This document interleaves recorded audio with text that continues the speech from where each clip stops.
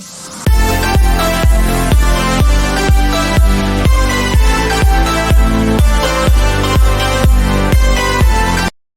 everyone, welcome to my YouTube channel Doubt Eraser.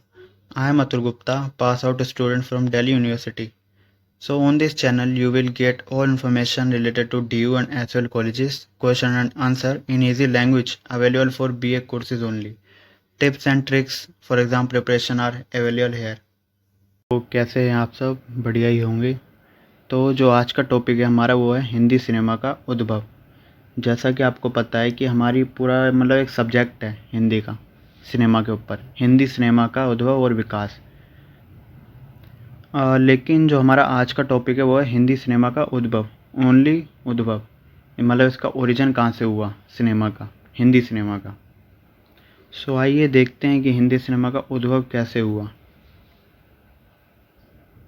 तो जैसा कि हम सब जानते हैं कि हर वस्तु का और हर टेक्नोलॉजी का, आज के समय में हर टेक्नोलॉजी का एक अपना इतिहास रहा है।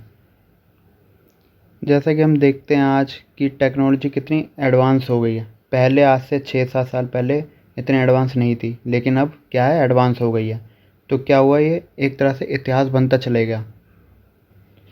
समय के साथ साथ टेक्नोलॉजी भी बढ़ती गई, उसमें नए नए अपडेट हुए वगैरह वगैरह। तो ऐसे ही सिनेमा का उद्भव हुआ, कहीं ना कहीं उसका ओरिजिन हुआ है ना। फिर उसके बाद धीरे अपडेट हुआ है, ठीक है। तो आज जैसा हमारे सामने सिनेमा, आज से कई साल पहले हमारे सामने वैसा नहीं था, ठीक है। काफ़ी चेंजेस आए हैं, काफ़ी टेक्नोलॉजी एडवांस हुई है। तो हम पहले वो देखते हैं कि इसका ओरिजिन कहाँ से हुआ।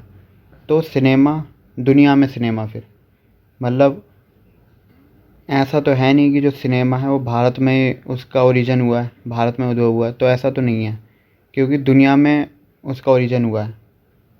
दैन फिर वो अलग अलग देशों में जाके फैला है सिनेमा, ठीक है। तो पहले हम देखेंगे दुनिया में सिनेमा, थोड़ा सा पढ़ेंगे कि दुनिया में कैसे ओरिजिन हुआ सिनेमा का। फिर हम अपने भारत में आएंगे, फिर हिंदी सिनेमा के बारे में पढ़ेंगे, और इससे नेक्स्ट वीडियो में हम विकास के बारे में पढ़ेंगे, हिंदी सिनेमा का विकास कैसे हुआ।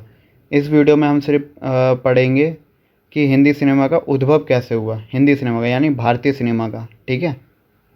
तो आइए शुरू करते हैं। तो जैसा कि हमारा टॉपिक है हिंदी सिनेमा का उद्भव, तो हम पहले भूमिका पढ़ेंगे कि सिनेमा की असल शुरुआत कहाँ से हुई। तो पाषाण युग में नुकीले हथियारों या पत्थर के टुकड़ों से मनुष्य ने गुफाओं में चित्र उकेरे थे, तथा वही चित्र और मनुष्य के विकास के साथ साथ तकनीकी विकास से चित्र पर्दे पर चलने लगे, और आज के समय में ये चलचित्र सिनेमा के निर्माण में अहम भूमिका निभाता है।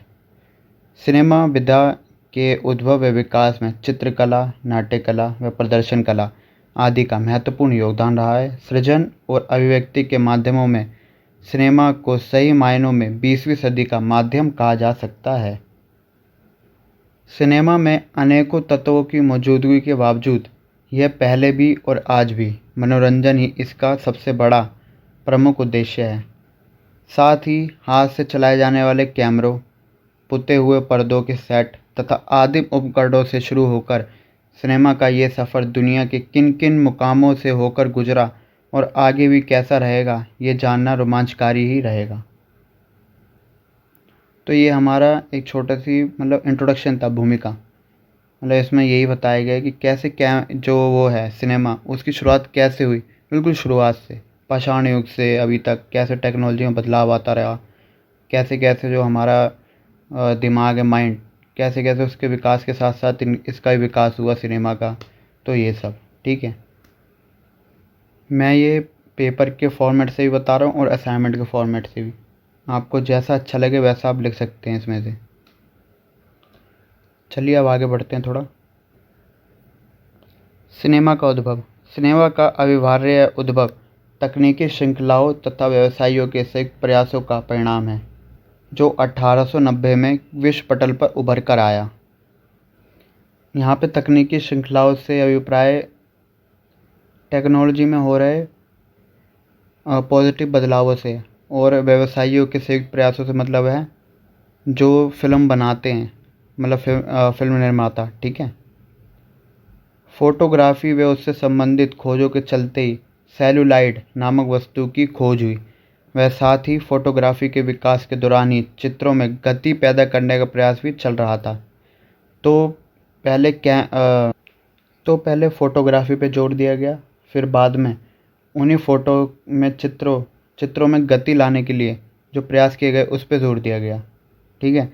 तो परिणाम स्वरूप फिल्म दिखाने के उपकरण प्रोजेक्टर का विकास भी हुआ तथा प्रोजेक्टर के माध्यम से ही चित्रों को एक दृश्यमाला में चलाकर उसमें गति पैदा करने लगे। तो प्रोजेक्टर का जो आविष्कार हुआ था वो हुआ था 1894 में। ठीक है। उसी से क्या होता था, फ़ोटो में जो है गति लाई जाती थी, जिससे हमें लगता था कि फ़ोटो चल रही हैं। ठीक है। तो अतः सिनेमा का जन्म सिनेमेटोग्राफ के आविष्कार के बाद हुआ तथा 28 दिसंबर 1895 को फ्रांस के आंगस्टे और लुइस लूमियर ने अपनी 10 लघु फिल्मों का प्रदर्शन पेरिस, फ्रांस में किया। इस घटना को सिनेमा का जनक के तौर पर देखा जाता है तथा फ्रांस को विश्व सिनेमा का जनक माना जाता है। सिनेमा को दुनिया में लोकप्रिय बनाने के लिए लूमियर बंधुओं ने द अराइवल ऑफ ट्रेन नामक लघु फिल्म का प्रदर्शन पेरिस के बाद ब्रुसेल्स, बॉम्बे, लंदन, न्यूयॉर्क आदि देशों में किया। इस फिल्म में पहली बार विभिन्न शॉट्स जैसे क्लोजअप, क्लोज इन इत्यादि का प्रयोग किया गया तथा 50 सेकंड की इस फिल्म की शुरुआत ट्रेन के पुल खींचने से हुई या होती है। इसी को देखते हुए 1896 के दौरान फ्रांस में लगभग 400 लघु फिल्में निर्मित की गईं। इस तरह फ्रांसीसी सिनेमा के इतने बड़े प्रयास से संसार काफ़ी आश्चर्यचकित हो गया तथा दुनिया भर के कई देश इस प्रयोग को अपने देश में आजमाने के लिए उत्साहित हो गए। मतलब भाई आप देख रहे हो ना, मतलब फ्रांस में जहाँ स्टार्ट हुआ सिनेमा का, है ना, इस सिनेमा यही फ्रांस को सिनेमा का जनक कहा गया फिर, तो उसी को देखते पूरे विश्व में ऐसे फैला ये, हर देश में अलग अलग देशों में जाके लोगों ने प्रयास किए, है ना, फिल्म बनाने का। तो ऐसे ही फिर भारत में होता है प्रयास शुरू, जिसको हम पढ़ेंगे अभी आगे। तो दुनिया का पहला फिल्म प्रोडक्शन स्टूडियो 1893 में एडिसन वॉकर ने स्थापित किया, जिसे द ब्लैक मारिया के नाम से जाना जाता है। ये नॉलेज के लिए मैंने बताया सिर्फ। ओके, सो आगे बढ़ते हैं अब। तो भारतीय परिदृश्य में हिंदी सिनेमा, लूमियर के छायाचित्रों का भारत पर प्रभाव। लूमियर के छायाचित्रों का भारत में भी काफ़ी गहरा प्रभाव पड़ा। कहा जाता है कि इसके बाद शाम के नाटक बंद करने पड़े और इसके स्थान पर इन्हीं छायाचित्रों का प्रदर्शन होने लगा। यानी कि जो पहले नाटक हुआ करते थे, लोग पहले नाटक प्रदर्शन करते थे, है ना, तो उनको बंद करके क्या किया गया, फिर जो ये लूमियर बंधुओं ने वो बनाए थे लघु फिल्में, उनका प्रदर्शन किया जाने लगा। लोगों की उत्सुकता बढ़ती गई और मुंबई के कई और सिनेमाघरों में भी शाम के वक्त इन्हीं छायाचित्रों का प्रदर्शन किया जाने लगा। इनमें से अधिकांश छायाचित्र विदेशी होते थे, किंतु सन 1898 में कुछ ऐसे छायाचित्रों का प्रदर्शन किया गया जिनमें भारत के कुछ मशहूर दर्शनीय स्थल के अलावा भारतीय जीवन शैली की परंपरा भी दिखाई दी। लेकिन इन सभी फिल्मों का निर्माण अंग्रेज़ों द्वारा ही किया गया था। भारतीय द्वारा सिनेमा का पहला प्रयास। अभी तक हमने जो भी फिल्में मतलब देखी, जो भी फिल्में प्रदर्शित की गई, वो किन्होंने की थी, किन्होंने निर्माण किया था उसका, अंग्रेज़ों ने। लेकिन अब हम पढ़ेंगे भारत में कैसे वो हुआ इसका उद्भव। ठीक है। तो भारतीय द्वारा सिनेमा का पहला प्रयास। किसी भारतीय द्वारा सिनेमा का प्रथम प्रयास हरीश चंद्र भटवाड़ेकर द्वारा किया गया। इन्हें सावे दादा के नाम से भी जाना जाता है। सन 1899 में इन्होंने 2 लघु फिल्मों का निर्माण किया, जिसे एडिसन के प्रोजेक्टिंग काइनेटोस्कोप पर प्रदर्शित किया गया था। सावे दादा ने शालिनी स्टूडियो की भी स्थापना करी थी।